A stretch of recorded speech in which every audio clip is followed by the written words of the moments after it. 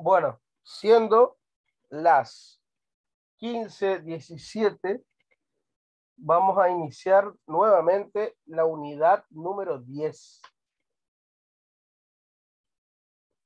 Bueno, nosotros tenemos que hablar, según los que nos pide el programa, de lo que es la etapa, ¿no es cierto?, del juicio.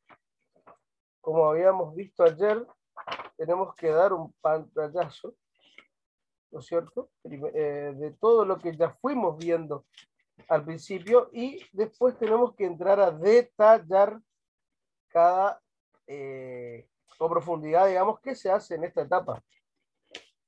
Si bien acá no tengo a mano el programa porque no estoy encontrando, ¿me dirías cuál es el primer punto, por favor? Sí, te digo, es la presentación del caso. Eso más o menos me explicaste ayer, Bien, pero sí, retomamos. bien. Claro, estuvimos hablando de la presentación del caso, tenés razón. Habíamos hablado del juicio oral, de cómo se presenta, etcétera. Y el segundo punto que nos establece, Examen de testigos y peritos. examen de testigos y peritos. Muy bien. Entonces, Después ¿querés ya es. arrancar del segundo punto ya o volver a recordar?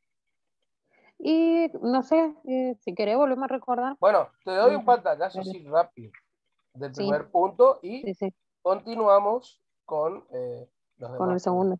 Claro.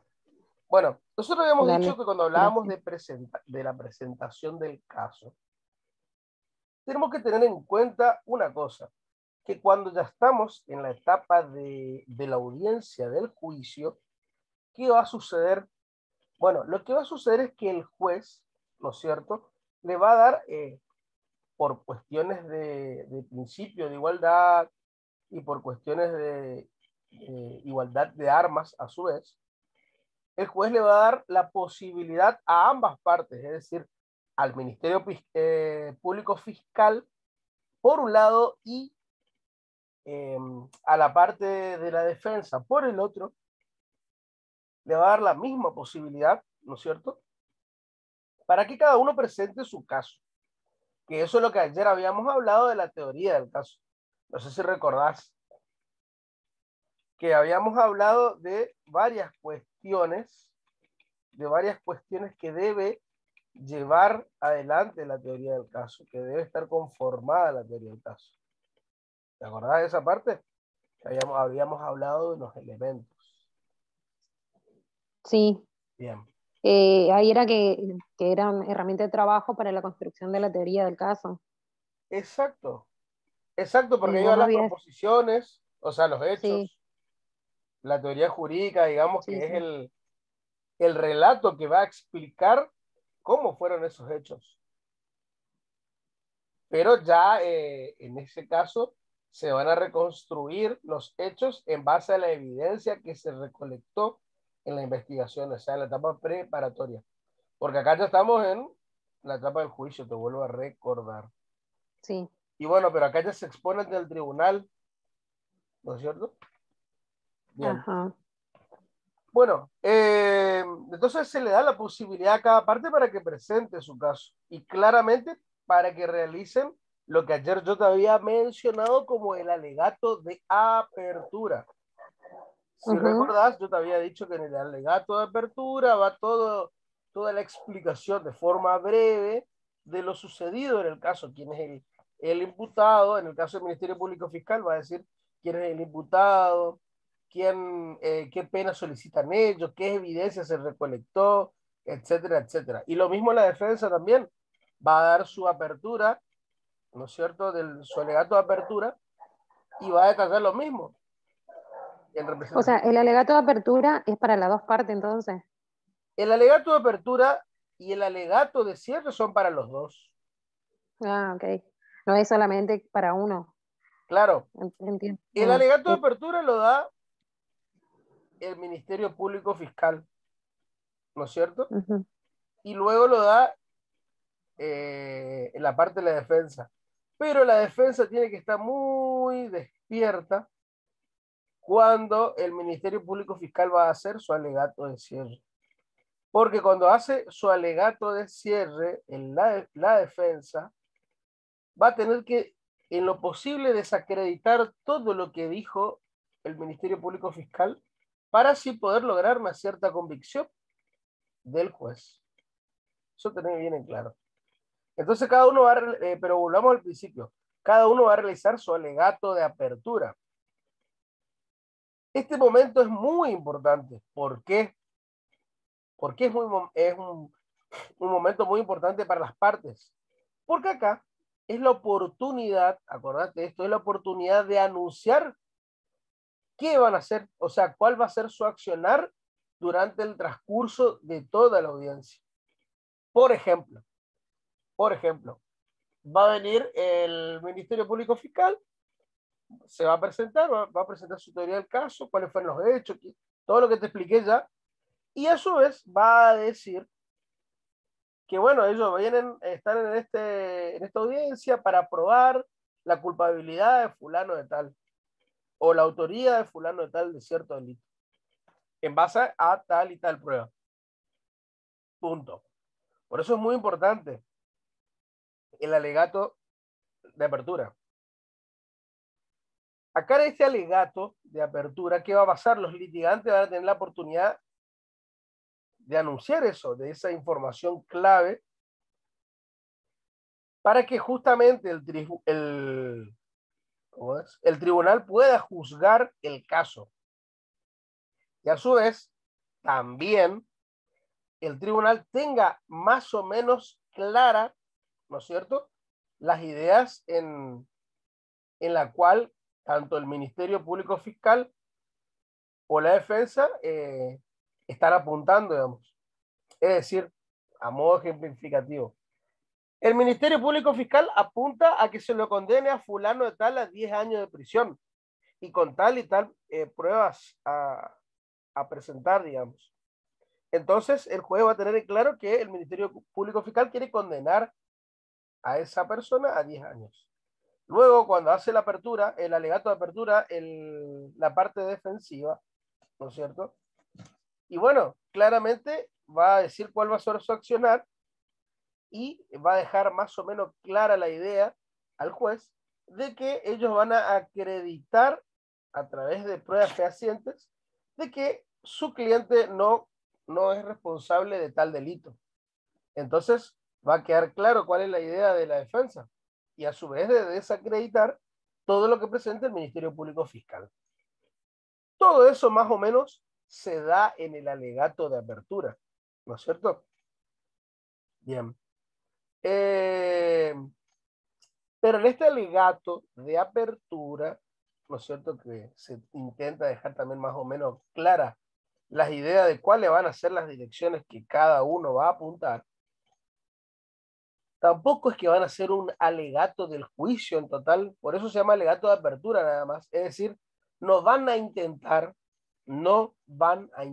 en ese alegato de apertura, no van a intentar probar el caso.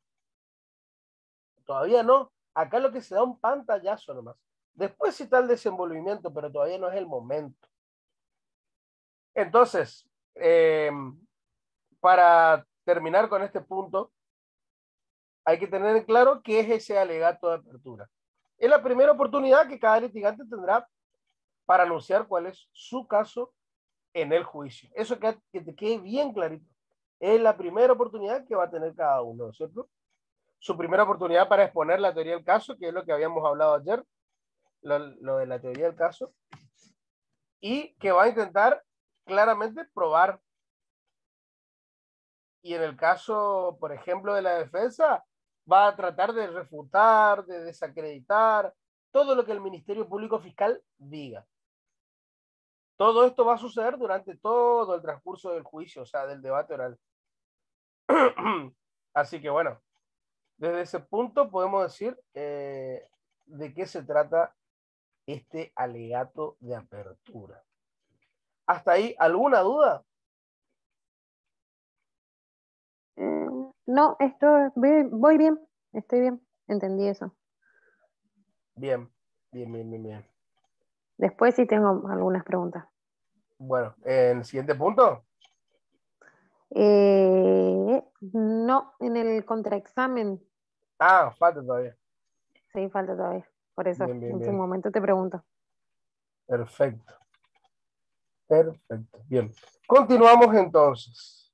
En realidad, si me quiero explayar un poco más en este punto, lo puedo hacer porque hay bastante para hablar. Yo lo que te estoy dando un pantallazo, porque podría explicarte, por ejemplo, qué contiene el alegato de apertura. Si vos querés, yo sigo. ¿Eh? Porque Eh, acá lo que yo te di sí, fue un pantallazo de lo que es el alegato de apertura y para qué sirve. ajá. Pero después yo puedo entrar a ahondar un poco más, pero ya está en decisión de vos porque se va a hacer un poquito más largo nada más cada punto. Claro, viste, bueno, yo lo que tengo en el libro Eh, em, me dice, viste, desarrollo del debate, apertura del juicio oral y ahí me nombra todos los artículos que tienen relación a esto. bien, Viste, yo estuve leyendo todo eso y me decía, bueno, el artículo 294, 295, su siguiente, que son, claro. viste, no sé si ese es parte de, o sea, lo que vos me querés explicar. Puede ser, entonces te lo Amplias, explico brevemente entonces. Voy a tratar de bueno, hacer lo más breve posible para que pero vos eso entra, entiendas, ok, cuál es el contenido del alegato de apertura.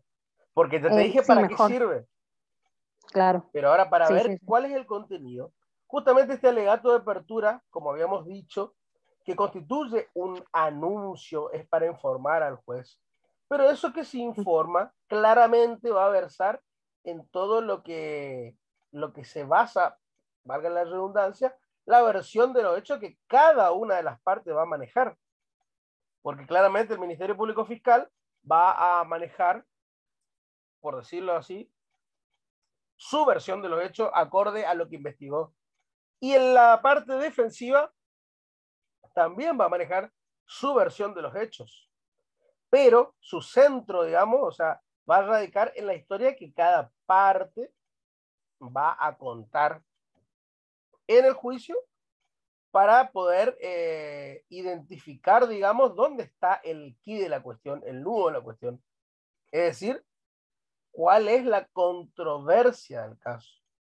Y claramente la controversia del caso se va a dar porque el Ministerio Público Fiscal va a decir una cosa y la parte de la defensa va a decir otra, claramente para contrarrestar lo que establezca o lo que diga o lo que alegue el Ministerio Público Fiscal.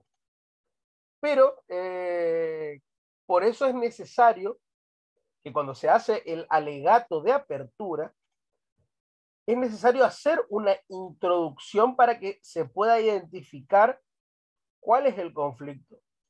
Y ahí se hace una breve descripción de lo sucedido, del hecho. Y claramente esa breve decisión tiene que incorporar ciertos detalles que van a ser necesarios para que el tribunal tenga una idea concreta del caso. Porque acordate que acá, como encima, al ser un sistema acusatorio, estamos hablando de algo que se maneja solamente por audiencia, los jueces no tienen la posibilidad, como puede existir en un sistema mixto, de acceder a los expedientes y poder revisar y conocer, más allá que no es lo recomendable porque se pierde la imparcialidad.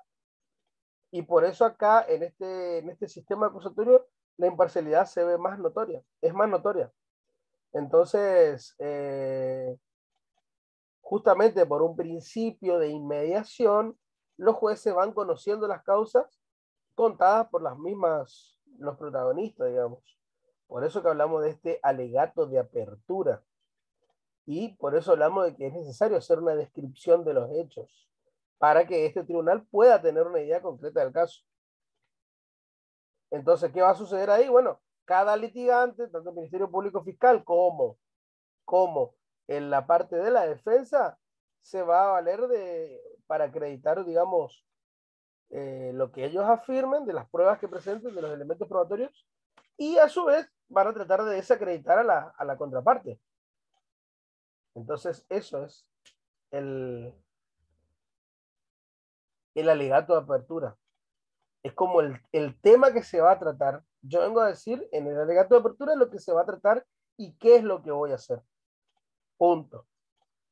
Eso es.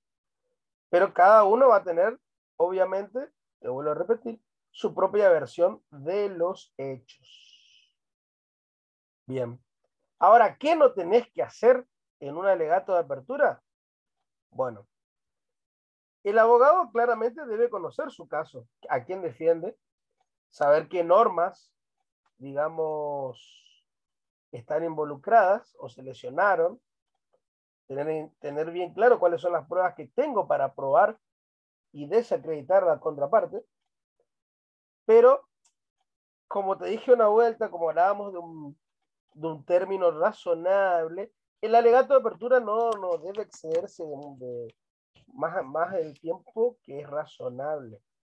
Por eso una vuelta te dije que a veces los alegatos suelen ser de 15, 20 minutos, a veces un poquito más. Es relativo, pero no debe ser tan extenso. Eso es. Porque, ¿qué pasa? Y si yo cada vez hago más extenso mi alegato, cada vez me comprometo más a probar en el transcurso del juicio lo que estoy diciendo. Entonces los alegatos deben ser cortos, precisos y claros. Eso es muy importante.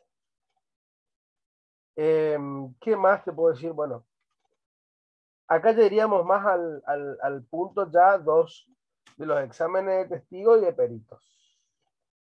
Bueno, supongamos que ya pasamos la etapa, ¿no es cierto?, de los alegatos de apertura.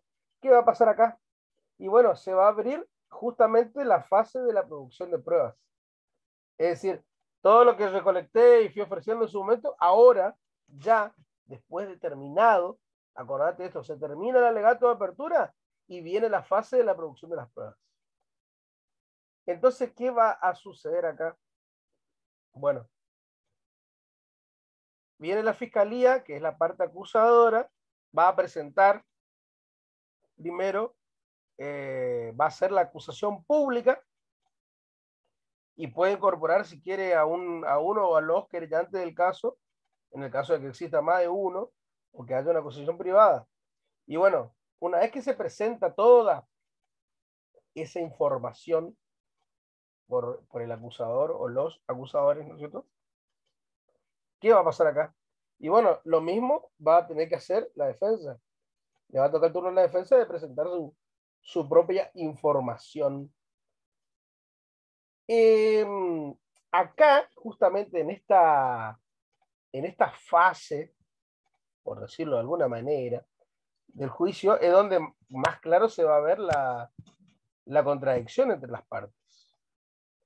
Pero claramente el orden de producción de las pruebas va a depender de, digamos, de la estrategia que tenga cada una de las partes. Generalmente los códigos procesales regulan, regulan cómo cuál sería el orden de las pruebas, digamos. Generalmente suele iniciar con una prueba testimonial, es decir, se llaman los testigos para que testifiquen, etcétera, etcétera.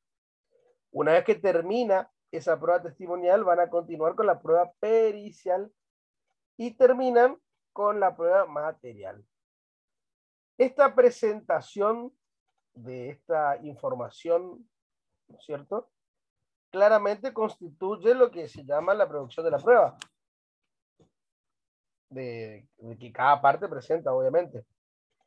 Y que ya cuando se hizo la audiencia de control, que fue ayer la clase que te dije que era el momento para impugnar, en ese momento fue admitida, no se impugnó nada. Entonces, esa prueba admitida es ahora, en el momento donde se debe producir, es decir, mostrar, que fue lo que permitió, digamos, que hoy estemos ya en esta etapa, porque en la audiencia de control se logró la formalización de la imputación y se pidió el requerimiento de la elevación de causa a juicio.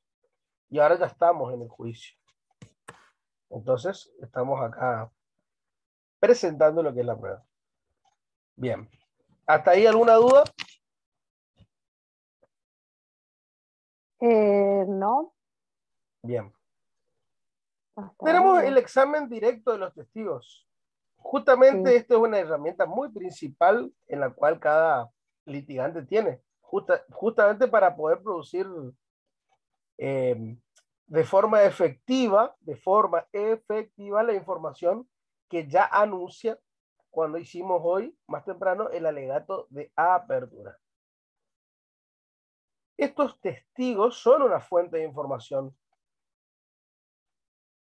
y a través de estos testigos el tribunal va a tener la posibilidad de verificar si lo que están diciendo los litigantes se prueba o no en el juicio.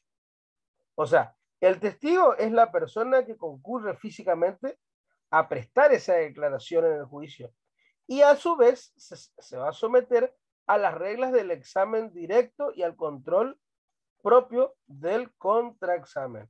Ese contraexamen que vos no entendés es lo que realiza la otra parte que está analizando la prueba que presenta su contrario, vamos.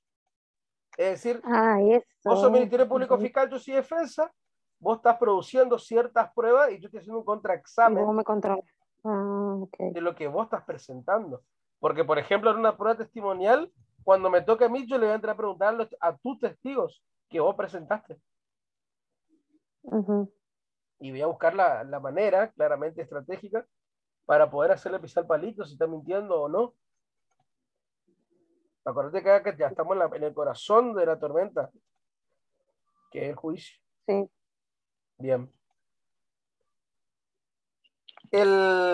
Claramente estas pruebas testimoniales se van a recibir en el orden ya que se acordó.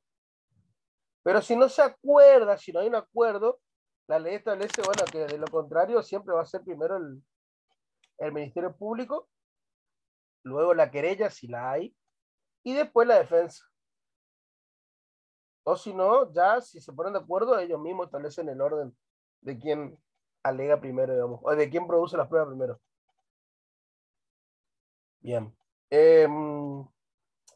Claramente, a pedido de parte o ya sea de oficio, ¿qué va a pasar? El tribunal puede resolver que los testigos no se comuniquen entre sí.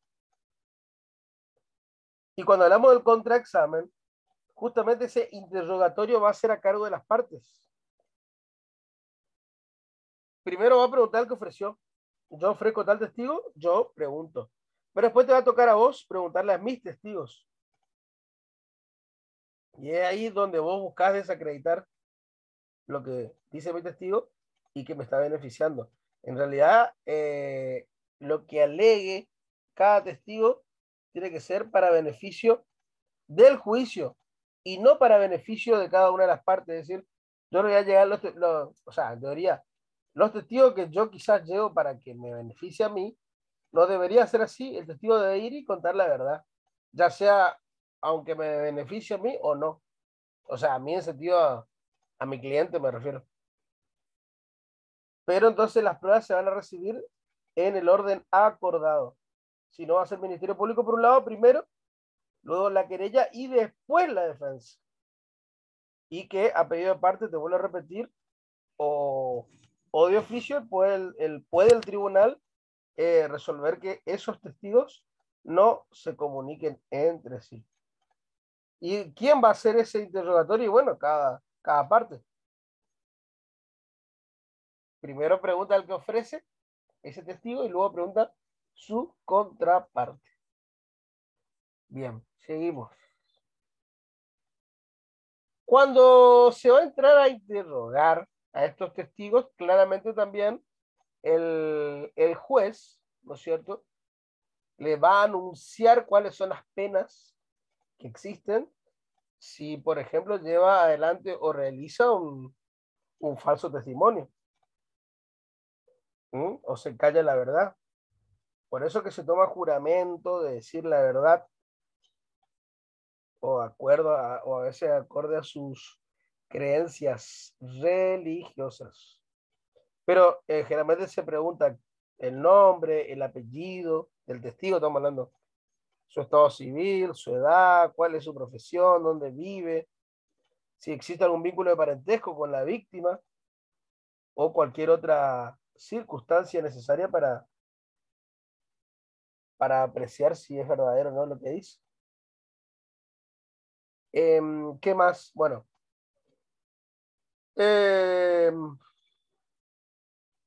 cuando se le pregunta, cuando se le hace ese interrogatorio, debe ser a través de un lenguaje que sea adecuado para que el testigo pueda comprender qué es lo que se le está preguntando. Eso por un lado. Y tratar de lograr el sinceramiento del testigo. Por eso es importante ser claros. Y ahora, una siguiente pregunta. ¿Quién estará a cargo del examen directo de los testigos? ¿Quién está a cargo? Y bueno, el examen directo, esto es pregunta de examen, ¿eh? El examen directo de los testigos o del testigo va a estar a cargo del abogado que propuso el testigo. Es decir, si vos sos el Ministerio Público Fiscal y le ofrecés no sé, a José de testigo, sos vos, Ministerio Público Fiscal, quien va a llevar el examen directo de José, porque es un testigo que vos propusiste. Bien. Puede pasar que exista un problema en donde el litigante, por ejemplo, haga preguntas sugestivas y luego se vean problemas, por ejemplo, a la hora de establecer las informaciones o de que no haya sido introducida la prueba testimonial en forma directa. Bueno, son cosas que pueden pasar. Pero lo que vos tenés que tener en claro es que en la conducción del examen, es decir, cuando se va llevando, produciendo las pruebas, el litigante va a tener que desarrollar la habilidad, digamos, para pasar desapercibido durante la declaración del testigo. Pero siempre tiene que estar atento a que la misma produzca algunas proposiciones fácticas, es decir, una versión de los hechos en la cual esa persona que ofreció el testigo necesita acreditar lo que está estableciendo en su teoría del caso. Porque acuérdate que en la teoría del caso uno puede decir tal cosa, pero debe probar. Entonces uno tiene que tratar de que lo que diga su testigo coincida con lo que se dijo en la teoría del caso. Bien.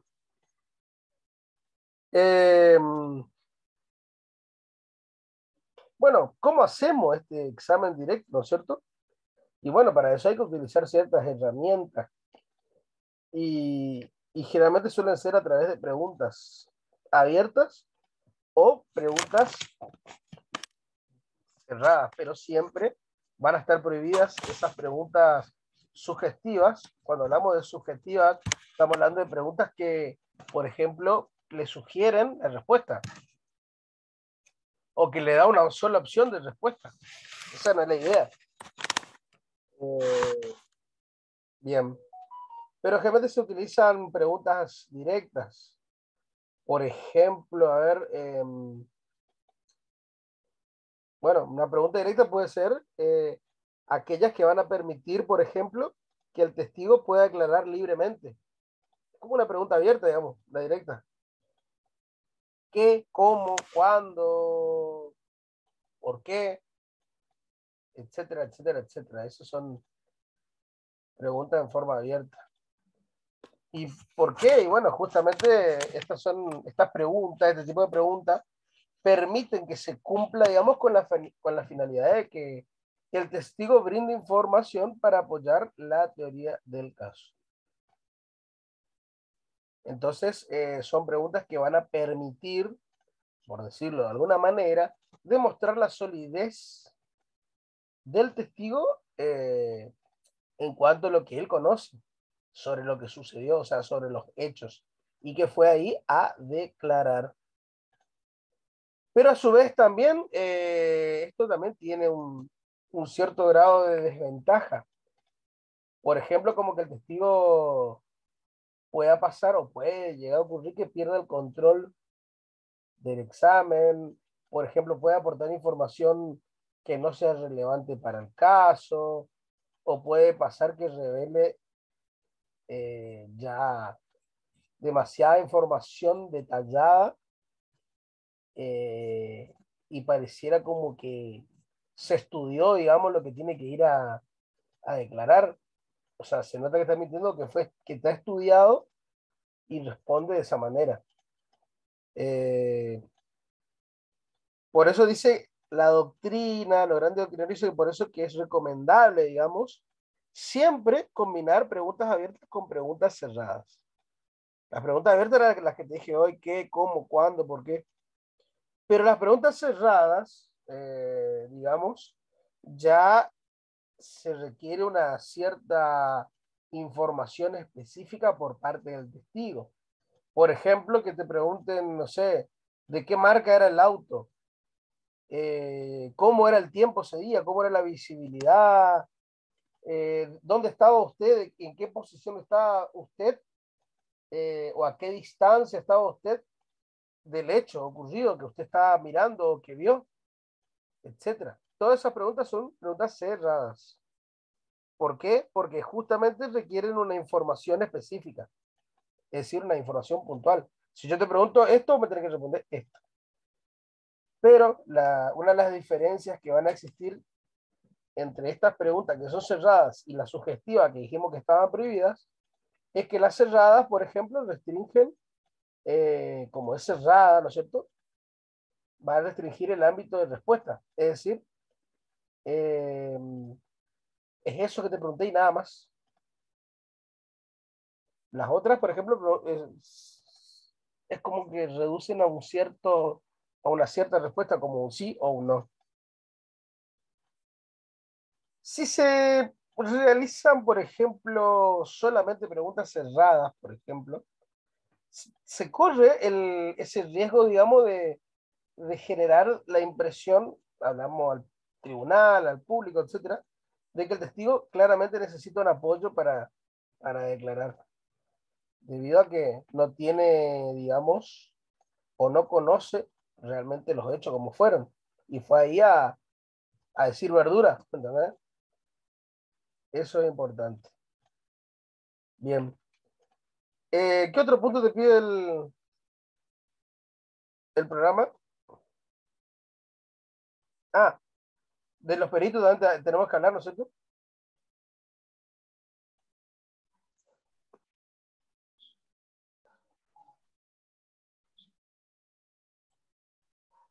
¿Estás? Se me va el internet para. Sí Bueno, estoy, pero no sé por qué se me va el internet. Igual ya conecto los datos. no, tranquila nomás, tranquila. ¿Pero estás escuchando o alguna parte te perdiste?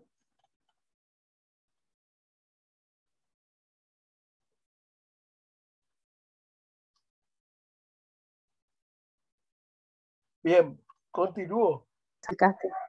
¿Sí? continúo, para que no pierdas tu Dale. tiempo. Sí, sí. Bueno, después tenemos los peritos, aparte de los testigos, tenemos los peritos. ¿Qué van a hacer los peritos? Van a presentar de forma oral todo lo que ellos fueron analizando y concluyeron. O sea, llegaron a una conclusión. Y van a presentar ciertos informes o dictámenes, como quieras llamarla. Eh, ¿Para qué van a consultar a estos informes que son escritos, no es cierto? Y justamente para constatar la veracidad o no de lo que en teoría genera dudas. Entonces, los peritos pueden valerse de esos elementos auxiliares para explicar qué operaciones realizaron ellos para poder llegar a un resultado. Entonces, la pregunta es, ¿qué es el examen directo de peritos y qué diferencia existe con los testigos?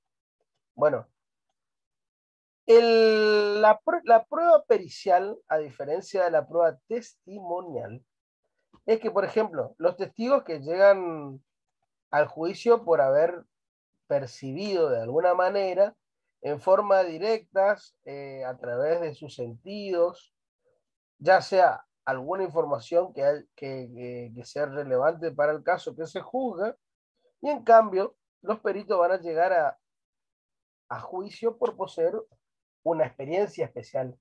Es decir, ellos son experimentados en un área del conocimiento y esa es su especialidad, digamos, que va a derivar de los estudios que fueron haciendo al transcurso del tiempo.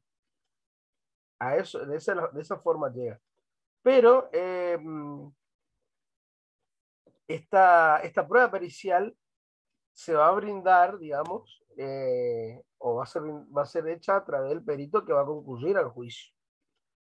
Y se somete a las reglas que establecen los códigos, etcétera, del examen y del contraexamen. Pero ¿qué pasa? Sin ese conocimiento por parte del perito, el tribunal no puede, mejor dicho, no cuenta con esa información suficiente para poder tomar una decisión de calidad. Eso es muy importante. Bueno, ¿qué más hacen estos peritos? Y bueno, ellos, como dije hoy, hacen un informe pericial. Pero ese informe pericial, en realidad, al principio no tiene valor probatorio. ¿Por qué? Porque la prueba, por decirlo de alguna manera, en dicha instancia, se va a tener en cuenta, por ejemplo, cuando el perito declara.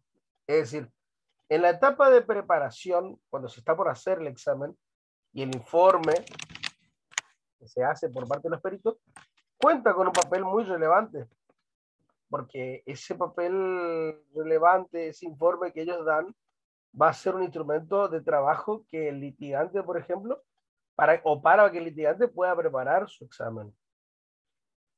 Entonces, ¿cuál es la habilidad que tiene que tener el abogado litigante? Y bueno, que al momento de la preparación, no será eso de subir o estar, digamos, de alguna manera, al nivel del perito. Al nivel del perito, siempre hablando en términos de información.